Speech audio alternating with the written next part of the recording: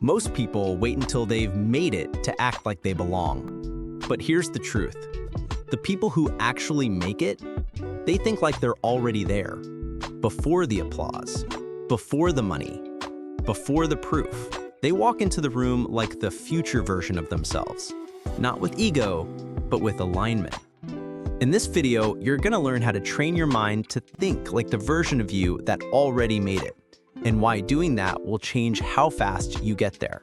Chapter 1. The world treats you how you treat yourself. People think success starts when others believe in you. But in reality, it starts when you believe in you and act accordingly.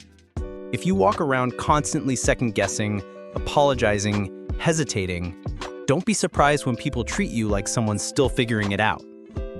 And I'm not saying this from some motivational high horse. I've been there. There was a time I'd downplay what I did just to sound humble. Or I'd say I'm trying when deep down I knew I was building something real. But once I stopped moving like an amateur, people stopped treating me like one. Because when you move with intention, like someone who knows where they're headed, doors start to open. Not because you're faking anything, but because your energy commands alignment. Chapter 2. Build identity before results. Here's the cheat code most people forget to take advantage of. Stop trying to get motivated. Start acting like the version of you that already made it. Now I know, this is where people start thinking, but isn't that just faking it? And that's a valid question. There's a difference between pretending to be someone you're not and practicing the habits of the person you're becoming. Fake it till you make it is about looking the part, but identity alignment is about living the part, long before anyone else sees it. You don't have to lie to yourself. You just have to act like your next level self on the days it's hardest. In that version of you, they're not waiting for permission. Chapter 3. Future-paced thinking.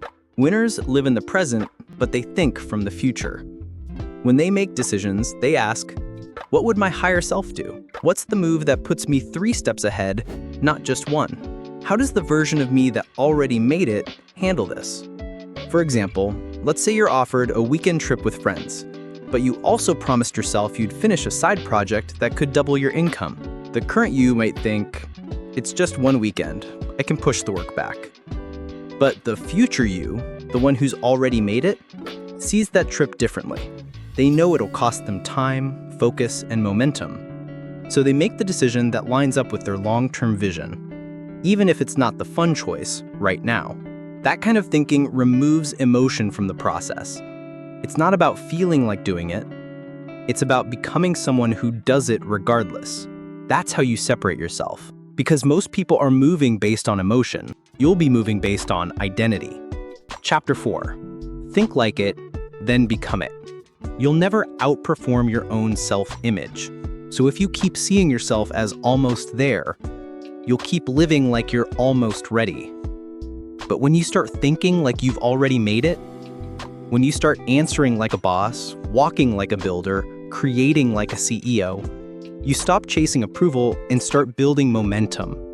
That's not delusion, that's identity alignment. You don't become the person you want to be by accident. You become them by acting like them consistently. So stop waiting for permission. Stop waiting to feel ready. Start deciding how your future self thinks and live from that mindset now.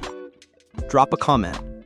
What's one habit you're taking on today as the version of you that's already made it? Subscribe for more identity-driven mindset shifts like this. Share this with someone who's acting too small for who they're meant to be.